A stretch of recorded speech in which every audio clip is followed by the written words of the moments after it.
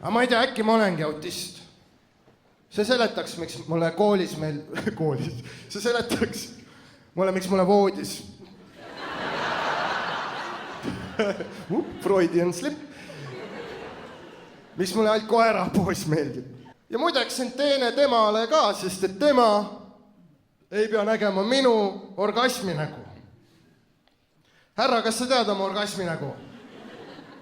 Ei tea ja su naine ei julge sulle öelda ka, sest ta kardab siin nüüd.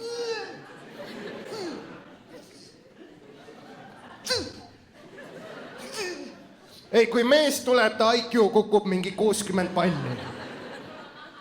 See pole enam seks. See on ühe väga erilise mehe, väga eriline soov.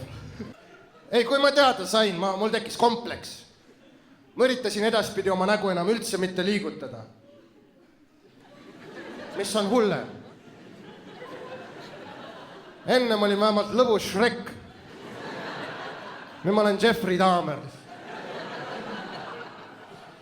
Aga tea, milline naise nägu on, kui ta tuleb? Mina näiteks ei tea.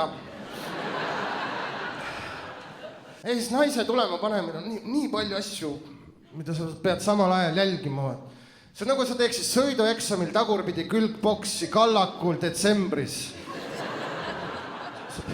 Sa pead vaatama, et last ei tuleks.